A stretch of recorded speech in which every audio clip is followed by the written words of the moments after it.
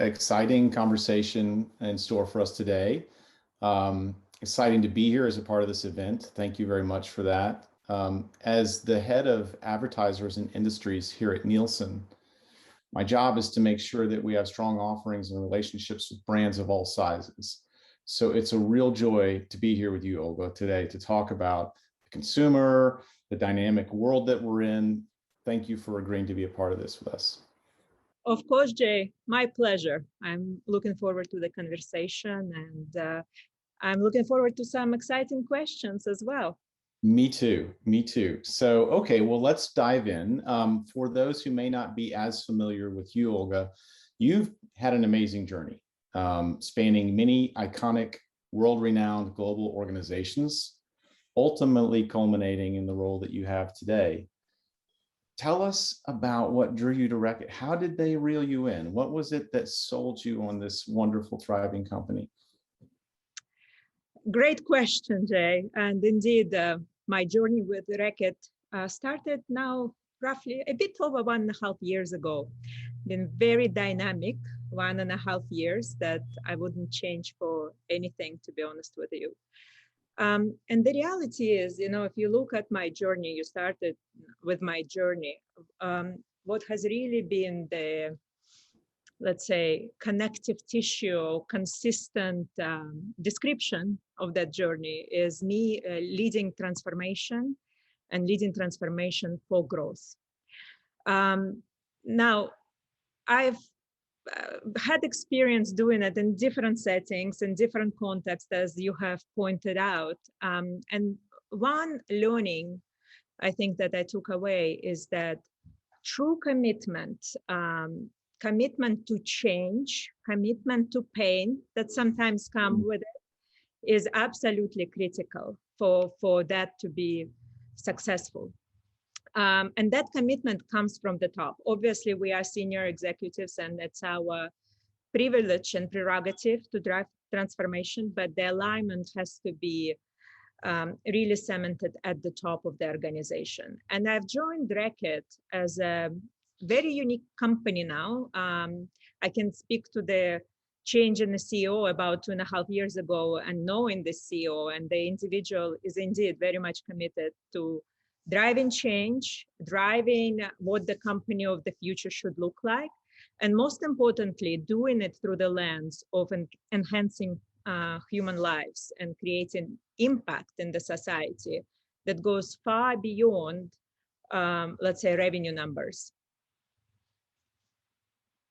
I love how you said that, the commitment to change and the commitment to pain, which is so true. It is so true. I think change, transformation is one of the hardest things that organizations attempt.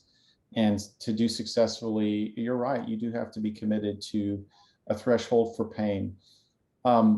For those in the audience who may not be as familiar with all of the family of brands in Reckitt, could you just give us kind of a lay of the land in terms of the types of brands that are in the family, and in particular, in your area, the intimate wellness brands?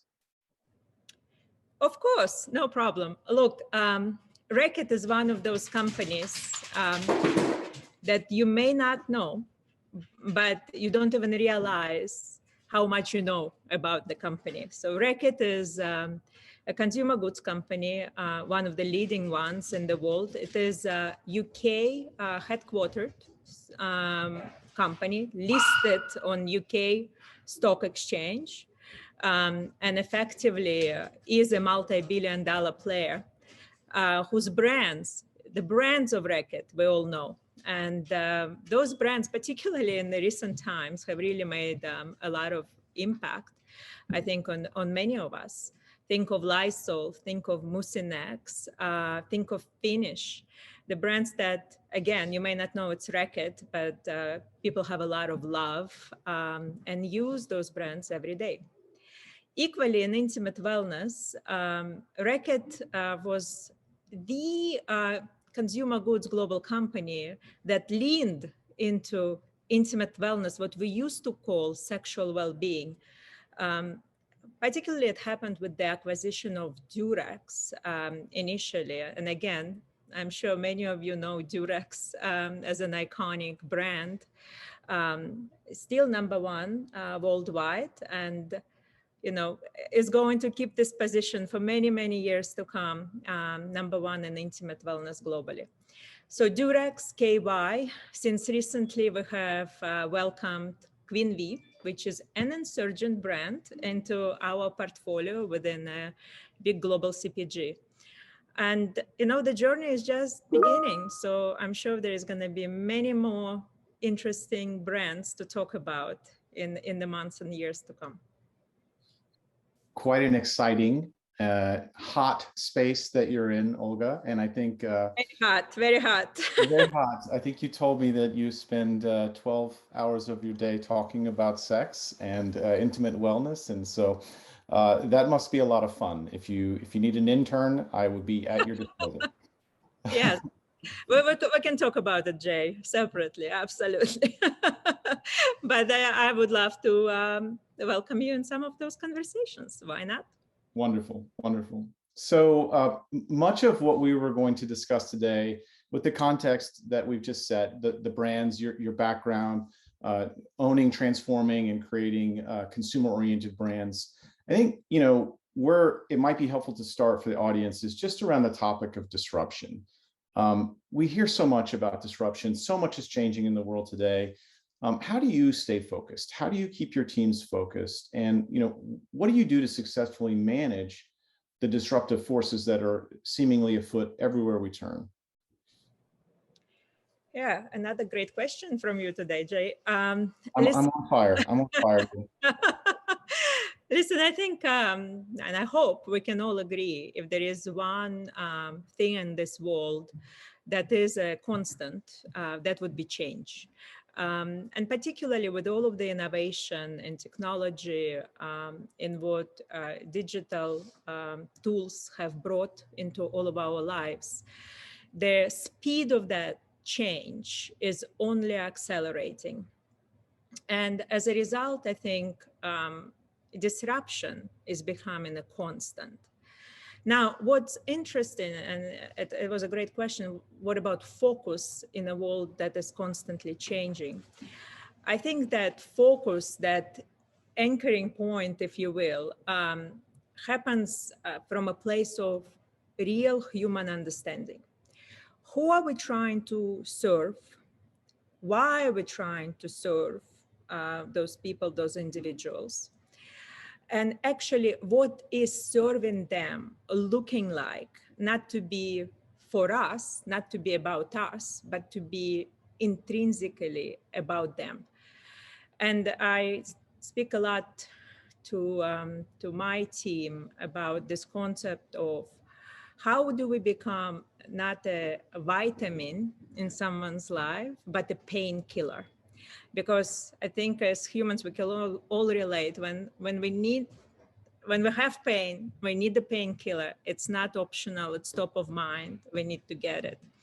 Vitamins, we all know how good they are for us, but maybe, let's say, the commitment of following through with the routine of taking them every day is not always that acute and that consistent, because it's less of a necessity, right? So in other terms, how do you become a brand before a product, a brand that is inherently a necessity in people's lives, in people who we're trying to serve?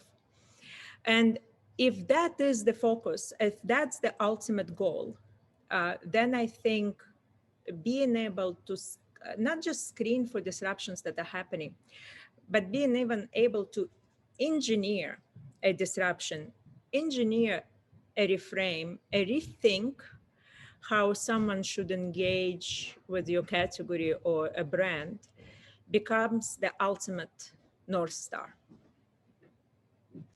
I love that. So, and this is very similar to what we see in our business as well. This there will be an unending parade of new technologies, of new forms of reaching a consumer or a customer this is progress. And part of what we have to do is accept that, embrace it. And what I think I hear you saying is that the way to manage that the most successfully is to understand who your consumer is and to find a way to meet their needs so deeply that they have a long and enduring relationship with the brand or the product. Did I summarize that well? I think that's right, Jay. And I actually would underscore again, it is about the brand, not just the product. Mhm. I think we can all relate, or at least a lot of the industries can relate to the fact that the cost of entry into an industry, cost of being able to do business has been significantly reduced.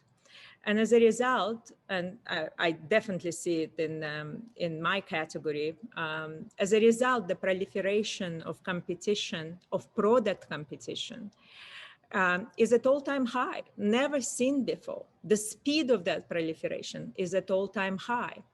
So when we start competing just on function, when we just compete on product, the differentiation, that connection, that commitment of an individual is much different versus when someone is emotionally connected to a brand. And there is a lot of debate about how, you know, it's not so much about big brands anymore. It is about small brands, and hence the brand value is not the strongest.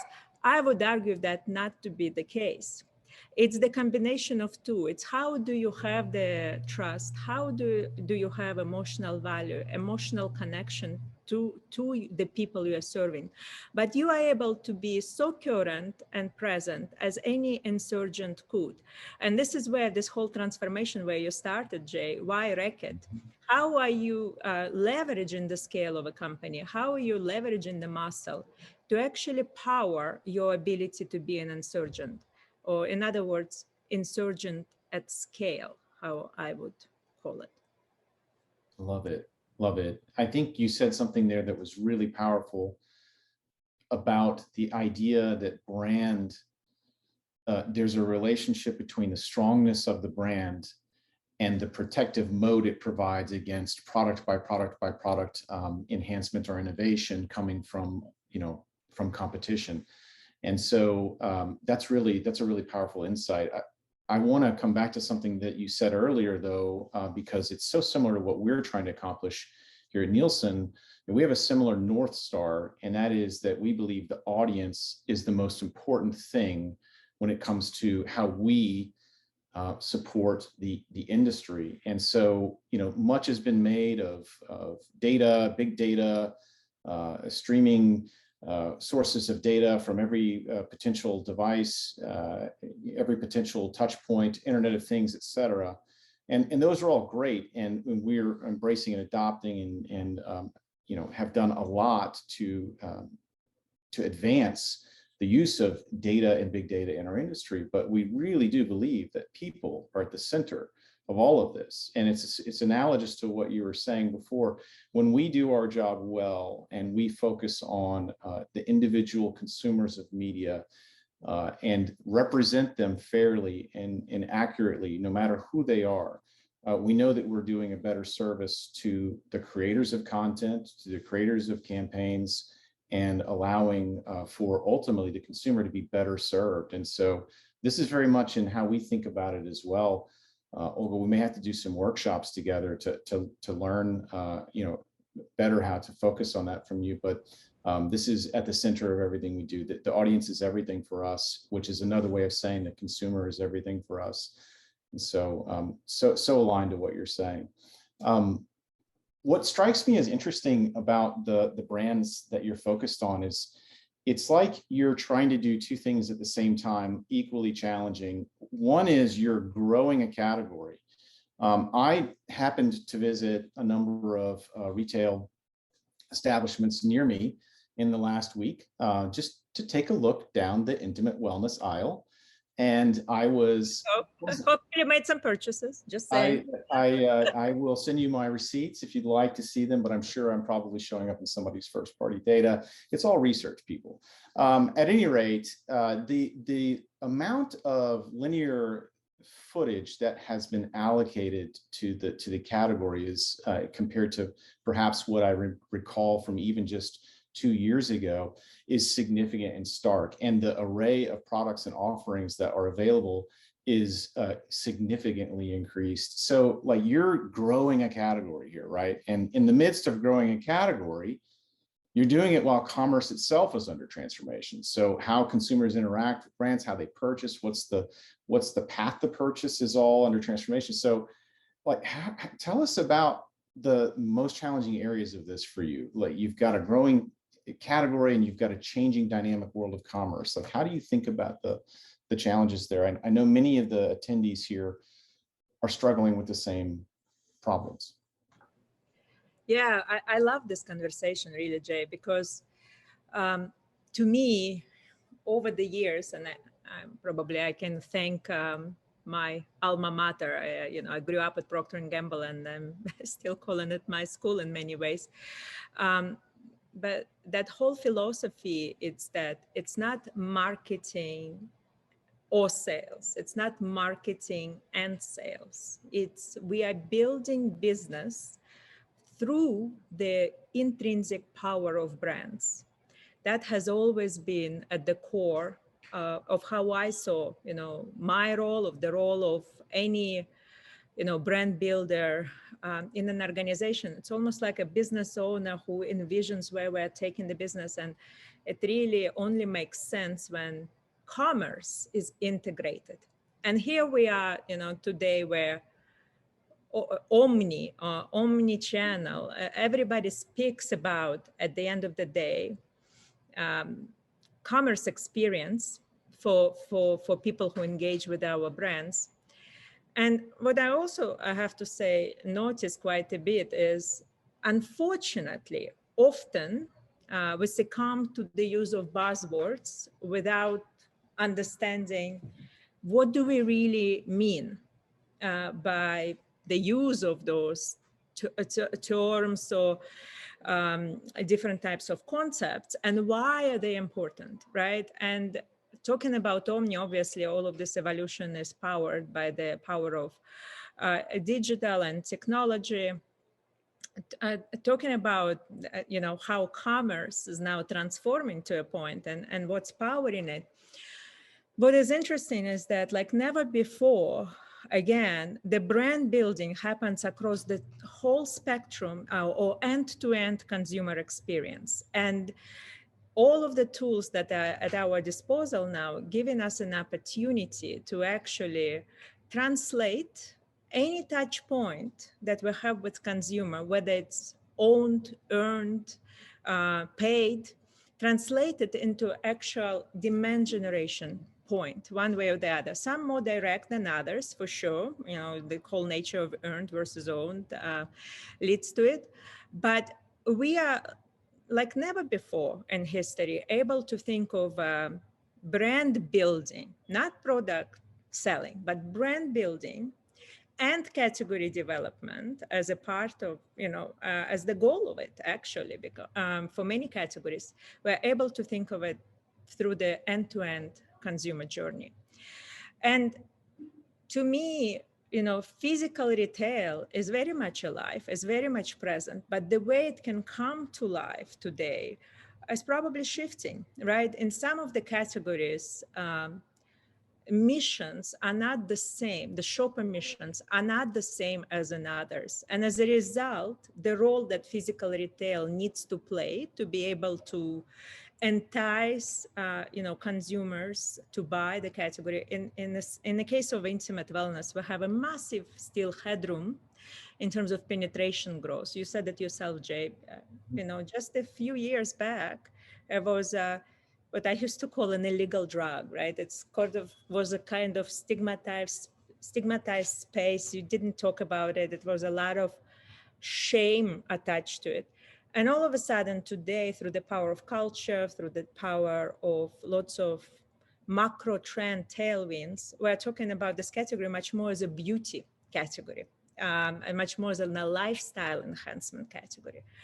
And as a result, a willingness of consumer to engage in different shopper missions depending on the subcategory within the space, right? Condoms connecting to the young boy, going out on a nightclub is a very different conversation than talking to a mature, sophisticated, successful woman who just happens to be single in this moment of her life. But understanding the needs, understanding the psychographic, in our case, psychographics, everything, psychographic subsegments, and being able to then distill to, okay, so what is the consumer journey? When they are interacting with the retail touch points, what mission are they on? And as a result, how do we help our partners? I'm talking about customers. How do we help our partners to create spaces in the retail environment and an e-com environment that actually funnel that consumer journey in the right way to end up in closing the sale, to end up in growing sustainably penetration, and eventually growing the regimen or trade across within the category. So that destination thinking, shopper mission-driven thinking is critical, and servicing it in the right way, whether it's position in the store, type of a position you talked about, footing. It's not always the same, right? If you're servicing a mission of impulse purchase, it's not about a big shelf. It is actually about disrupting in a quick trip, or maybe the cashier in a physical space, to be able to service that mission. And just to conclude, I think, again, what you hear me say, it is all about coming back to what pain points we're solving for, and how do we enhance human lives of the people we are connecting with. That is so well stated. And so you can tell as you're talking about that, Olga, the amount of discipline and thinking that you have and your team have placed on understanding who is the customer, what mission are they on, how are they different one from another. I wonder, just sort of stay in the how-to portion of this discussion, like this knowledge that you have of your consumer, how is it changing your thoughts on how you reach or educate the consumer? How are you thinking about media channels? How are you thinking about reach ultimately in terms of where you find and educate your consumers? Yeah, absolutely. As a type of a question, I have to be honest with you. We don't have all of the answers. Naturally, it's a going journey. It's a constant learning journey, and it's constant testing and learning journey to be then able to learn what we should do, and equally what we probably should stay away from, to be able to connect with our audiences. And look, to be fair, I think there's also a nuance to intimate wellness, because even though it is destigmatizing and normalizing, and it's much more present in culture and everyday lives, as I said before, there is still a massive headroom. And as a result, of the past, people are still, particularly certain audiences, certain segments, are still shy from expressing themselves openly when asked how do they consume information, how do they seek out different brands and products. And this is where, digital channels, this is where performance marketing and implying this whole test and learn mentality and applying it in the day-to-day allows us actually to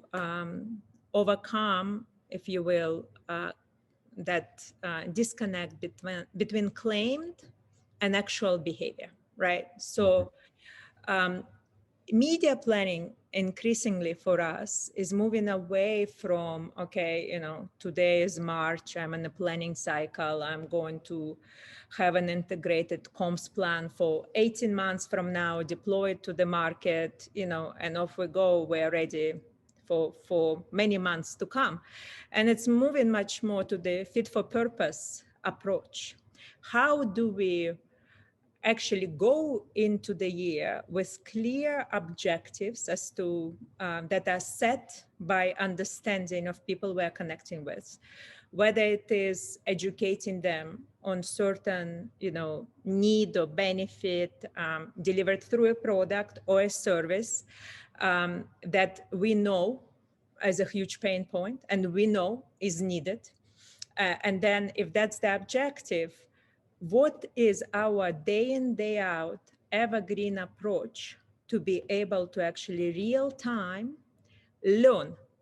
If we test this message, if we test this touch point for this audience, right, our target audience, which ones are more successful, and hence continuously optimize the mix through this virtuous cycle of data feeding media choices, feeding message choices, because it's not just about paid. Very much, I'm a huge believer of pull and earned media if you got the right proposition. And it's a huge change, Jay. And again, we are still very much on a journey, and it's going to take a moment to fully get there. But talking about pain, imagine when everything was planned, when the system was in place, everyone was very comfortable with the process, and all of a sudden you are self-disrupting the way of working, because it's critically important to be able to deliver what you're trying to do. We don't know what is the right media buy today. We don't know potentially what out of 5 messages is the right message to stick with, but we will know. And actually, what we will know won't be theoretical, but it would be real life proven result that eventually what can happen is all of a sudden bottom up, you are scaling the learnings and making them bigger and more mass in reach. But it starts at more micro subsegments and gets proven, if you will, at a more micro level at different touch points before it scales up. If you think of how we used to do things, it was all about big mass, and then maybe we will adapt it, as time goes on. Very different. It's like almost flipped on its head approach, and requires different way of working. Very importantly.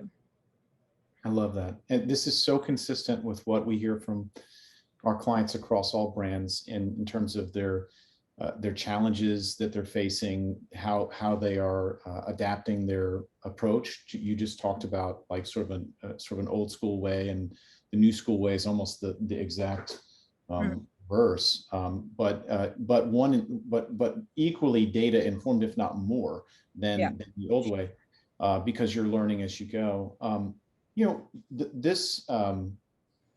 Nielsen, as you would know, and many of the folks in the audience would know, has a long history and expertise in the audience outcomes measurement game. Maybe we could pivot a little bit to talk a little bit about data and analytics and measurement, because it's a perfect segue from where you were.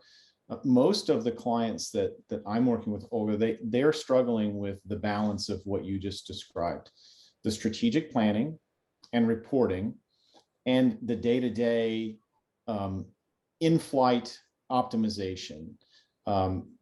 So could you maybe just share a little bit in terms of how you think about that? What type of KPIs or metrics are you looking at to sort of inform those decisions as you're making them on a day-to-day basis, part A, and then part B? How do you rationalize that into sort of more of a strategic view over a longer period of time? Look, I think, I definitely don't have right or wrong answer, right? As I've mentioned before, I think we're all on this journey of learning and trying and adapting, because it's not just about what we do, right? It's about how we do it. And I think, if I understand correctly, Jay, your question, the biggest challenge often is in the how, which I absolutely, understand and get. And it stems from a fact of how much change is required in the mindset and the way of doing things to be able to operate, right, with this new context, new ways of doing things. To go back to the core of your question, on the KPIs and how do we measure success. I think, again, there is no one size fits all or set scenario that is like a template applied to each and every effort that we're doing. It very much, again, starts from, okay, who are we connecting with and what impact do we need to create to achieve our ultimate goals? And ultimate goals, of course, we always have macro ultimate goals. We want to grow, we want to create impact. Okay, what does it mean with this consumer audience growing? Does it mean, attracting them in the category? Does it mean, making them more engaged with different offerings of product and service within the category? Or does it mean even getting them interested to even consider this category, right? So penetration grows. So that getting them to care what it really means will differ.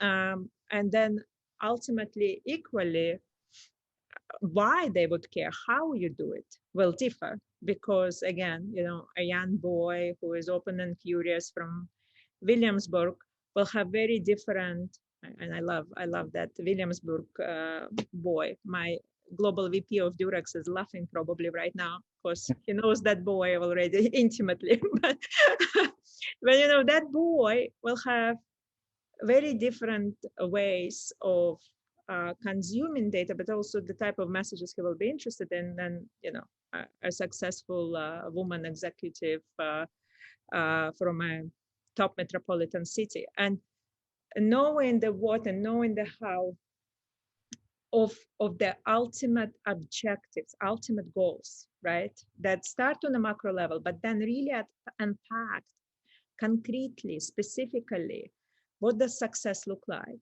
Then allows us to set the KPIs. And it's a constant exercise. And one other thing to highlight in this equation is that I became over years a huge believer of the leading and lagging KPIs, right?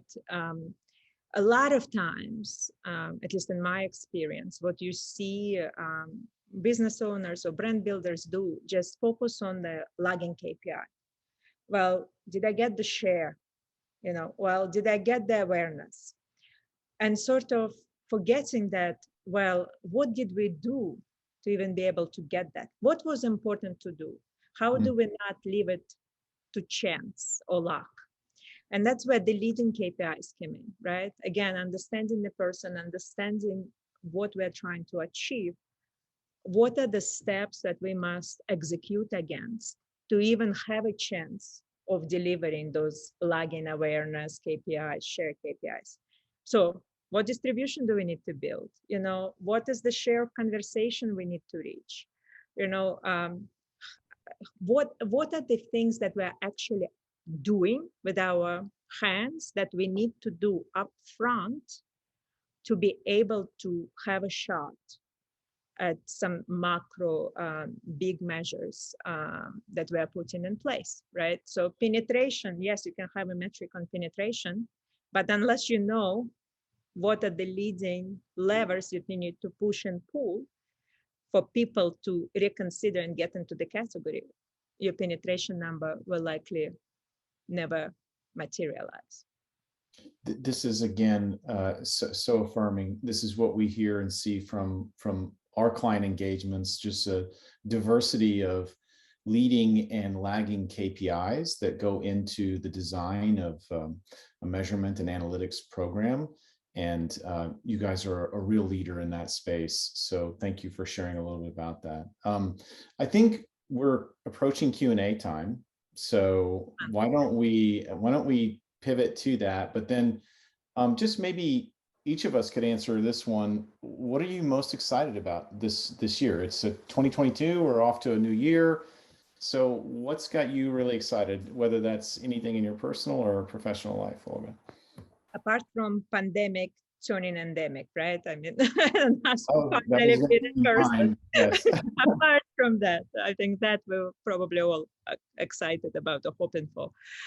Look, my answer, Jay, actually will probably be not as exciting as one might think, but definitely very exciting for me and my team. And I'm most excited about staying the course.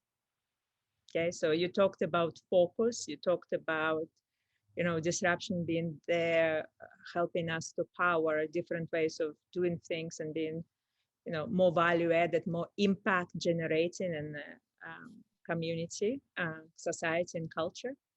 That is all great, but we have our focus. We know what we want to do, and I'm most excited to stay the course and start materializing our broader agenda.